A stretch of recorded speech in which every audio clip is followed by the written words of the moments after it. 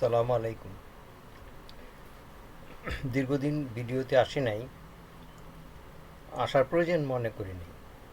কারণ সব কিছুই তো নিয়ম মাফিক চলাফেরা করবে। একটা ব্যাপারে আলহামদুলিল্লাহ আল্লাহ পাক হেফাজত করছে আমাদেরকে। কারণ আমি বাঙালিদের উপরে খুব একটা ভরসা পাইতেছিলাম না। কারণ সেই মীর জাফর থেকে আরম্ভ করে, শেখ মুজিব থেকে আরম্ভ করে, শেখ হাসিনা থেকে আরম্ভ করে সবাই বাঙালি। এরশাদ, এই সমস্ত বাঙালি তো নক্ষত্র বাঙালি। আর আমরা যারা আছি এরা আমরা হলো নিম্ন স্তরের বাঙালি। উচ্চ স্তরের বাঙালিদের মধ্যে এখন 22 জন আর্মি অফিসার নিজেদের আইন থেকে বাঁচার জন্য তারা ছলাকলা করছে। এখন তারা ফাইজলামি করুক, কিন্তু সাধারণ মানুষের বুকের উপরে এরকম লাথি মারা, এরকমভাবে অত্যাচার করা, এত শয়তানি বুদ্ধি আর্মিদের ভিতরে। আমি এই জন্যই আর্মিদের বলবো, কারণ আর্মি অফিসাররা খুব ভালো চরিত্রের হয় না। কারণ কেন চরিত্র হয় না?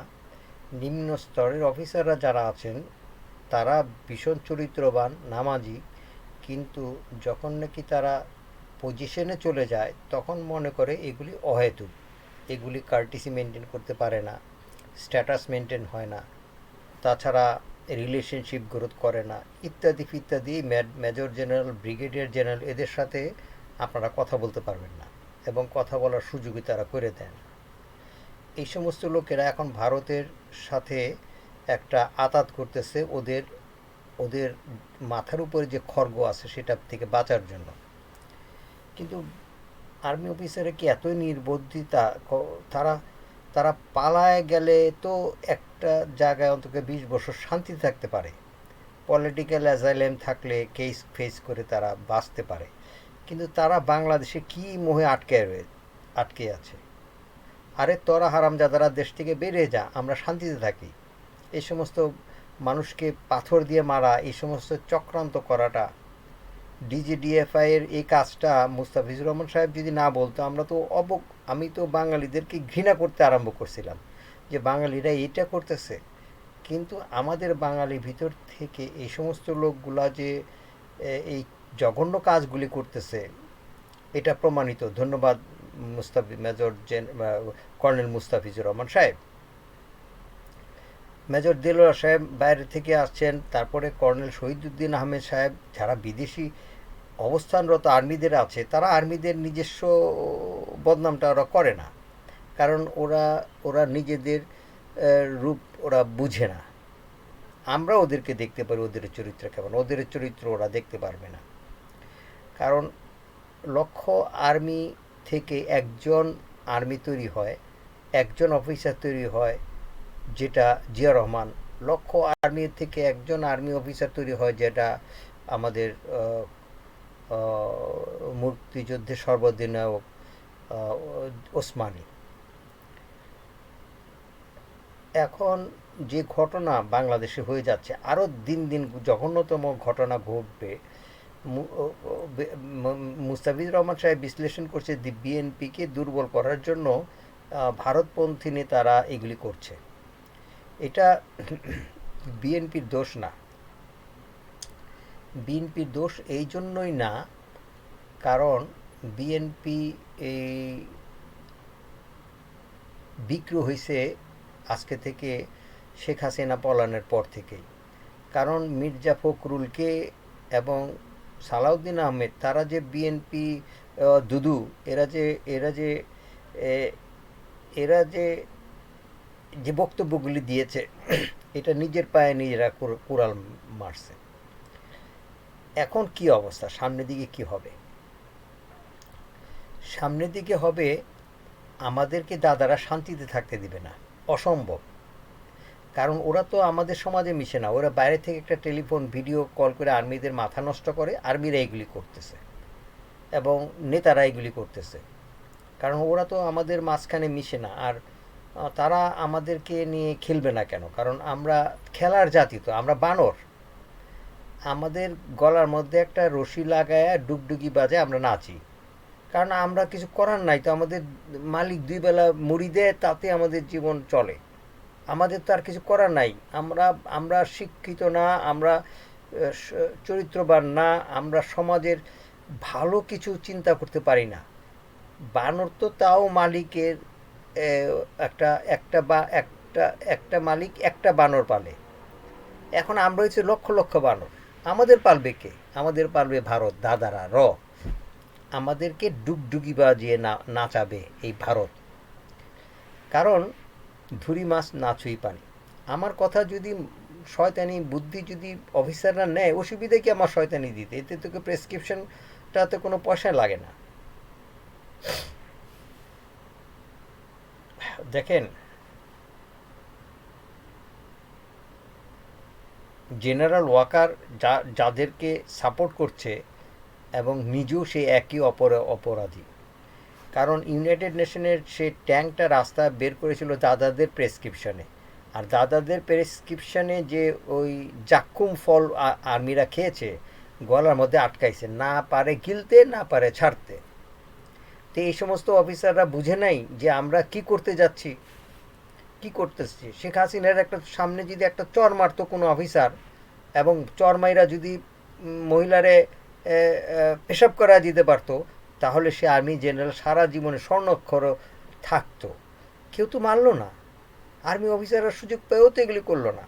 বরঞ্চ it's a plan. Waker Sheikh হাসিনাকে ইন্ডিয়া পাঠাচ্ছে, তারপরে প্রেসক্রিপশন অনুযায়ী ওয়াকার কাজ করতেছে। এবং ওয়াকারের সাইনবোর্ড হচ্ছে যে 40 জন অফিসারের প্রতি যে ক্রাইম করেছে, যে পয়েন্ট আছে, এইটা হলো ওয়াকারের প্লাস পয়েন্ট। তো সুতরাং সব দুষ্কৃতিকারী একখানে মিলছে, একখানে মিলে কিছুদিন অরাজকতা করতেছে। প্রফেসর ইউনূস করবে কি? আমরা তো বানরের সমাজ, আমাদেরকে কোনো মতেই লাইনে আনা যাচ্ছে না। যাক, জাহান নামে যাক, দেশ জাহান নামে যাক, মানুষের কি আসে যায়? 30 টাকার পেঁয়াজ খায় যদি বাঙালিরা তুষ্ট না থাকে, তো ওই বাঙালির জন্য ওই 300 টাকা পেঁয়াজই যথেষ্ট, পেদানি যথেষ্ট বাঙালিদের জন্য। এখন মিটফোর্ডের হত্যাকাণ্ডের যে ঘটনা, বাঙালি সমাজ কথা বলতে পারে না, কথা বলে প্রতিরোধ করে নাই। হাজার হাজার মানুষ দেখতেছে, হাজার হাজার মানুষ একটা ডেড বডির উপরে দূরের থেকে এসে এসে বুকের মধ্যে জাম দিয়ে পড়তেছে। ইতরের বাচ্চা, হারামজাদার বাঙালি, তোদের উপরে নাল্লত গজব। তোরা তো দিন দিন মানে তোদেরকে পায়খানা পরিষ্কার করা হবে ভারত। তোরা যত বড় আর্মি জেনারেল থাকিস না কেন, তোদেরকে দ্বারা পায়খানা পরিষ্কার করাবে। আর সাধারণ সৈনিক, তারা তো ল অ্যান্ড অর্ডার, তারা তো কিছু করতে পারে না। ইয়েস স্যার করে তাদের জিন্দিগি পার হচ্ছে। এই বিডিআর হত্যাকাণ্ডের মূল কারণ হচ্ছে আর্মিদের দুশ্চরিত্রের জন্য। কেন আমি বলতেছি? এই আর্মিদের আন্ডারে যে সমস্ত বিডিআর সৈনিকরা কাজ করত, তারা চাকরের মতো খাটাইতো, নো রেসপেক্ট। তারা এইভাবে তুই করে বলতো, তারা কাপড়, মহিলাদের পেটিকোট পর্যন্ত ধোয়াতো। এগুলি এগুলি আমরা তো চরিত্র দেখে বোঝা যায়। ড্রাইভারদেরকে ছুটি দিত না, কুকুরের মতো খাটাইতো। তারই প্রতিশোধ ভারতের আর্মিদের সাথে যখন এই সমস্ত বিডিআরের লোকেরা গল্প করতো যে আমার অফিসার আমার সাথে এই ট্রিট করতেছে, আমার অফিসার আমার এইভাবে অত্যাচার করতেছে, এই সমস্ত ইনফরমেশন সবগুলি বিডিআরের ভারতের সেই সমস্ত লোকগুলা রয়ের কাছে ট্রান্সফার করতো। এখন সুদে মূলে হিসাব করে আস্তে করে ফ্লো করে বিডিআর হত্যাকাণ্ডটা ঘটাইছে। এখন মাস মানে ইনোসেন্ট লোকগুলি মারা গেল। করছে দুষ্কৃতিকারী আর্মি অফিসাররা, তারা বর্ডারের পয়সা কামাইছে। একটা আর্মি অফিসাররা কি বলে যে আমরা ভারতের বর্ডার গার্ডের চাকরি করে কত টাকা কামাইছি? কোনো আর্মি অফিসার এইটা বলে না যে আমাদেরকে এই সমস্ত কারো করেছে। কিন্তু বর্ডারের থেকে যে মালগুলি আছে, আর্মিরা কি চোখে কাপড় দিয়ে রাখে? কারণ এইটা তো এই যে বদি, এই যে ইয়াবা হত্যা, মেজর সিনারে মারছে, এগুলো তো প্রমাণ যে ভারতের সাথে যে সমস্ত এলাকা আমাদের বর্ডার আছে, সে সমস্ত আর্মিরা থাকে এখানে। এই আর্মিদের, তারা যদি সৎ চরিত্রের হইতো, ভারত কোনোদিনও সাহস পাইতো না এই বিডের হত্যাকাণ্ড করাইতে। তারা তো অসৎ। অসতের লোকের ভিতরে সৎ কাজ করাটা অসম্ভব ব্যাপার। সুতরাং এই আর্মিদের রয়ের এই সমস্ত কীর্তিকলাপে আমাদের প্রকাশ হয়েছে যে আমরা যদি মানুষ হতে চাই, আল্লাহরে ভয় পাও, আল্লাহ উপর আল্লাহ একজন আছে। এখন জামাতের কথা আসি। এই জামাতের লোকেরা বড় নিষ্ঠুর। এরা এরা খমিনির জাত। খমিনির জাত। এরা নামাজ পড়ে, নিজের নামাজটা হয় কিনা সেটা জানে না। তারা মসজিদে যায় সংঘবদ্ধ জামাত, তাদের ভিতরে সাধারণ লোকদের ঢুকতে পারে না। জামাত ছাড়া জামাতি লোকরা তাদের সুরা ব্যতীত অন্য লোকের কাছে কোনো কাজ শেয়ার করে না। সুতরাং একটা একটা একটা সাইলেন্ট অর্গানাইজেশনকে কে রেসপেক্ট করবে?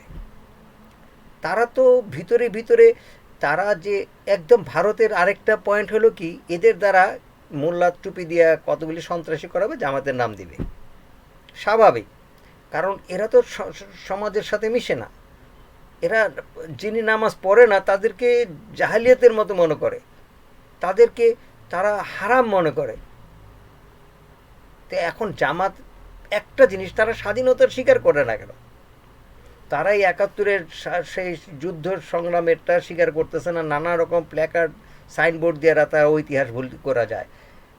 নো, নেবার। কারণ ইতিহাসের মানচিত্রে বাংলাদেশের জন্ম, ঘাটার ৭২-এর সেই ৭০-এর যুদ্ধ, এটা অস্বীকার করা যায় না।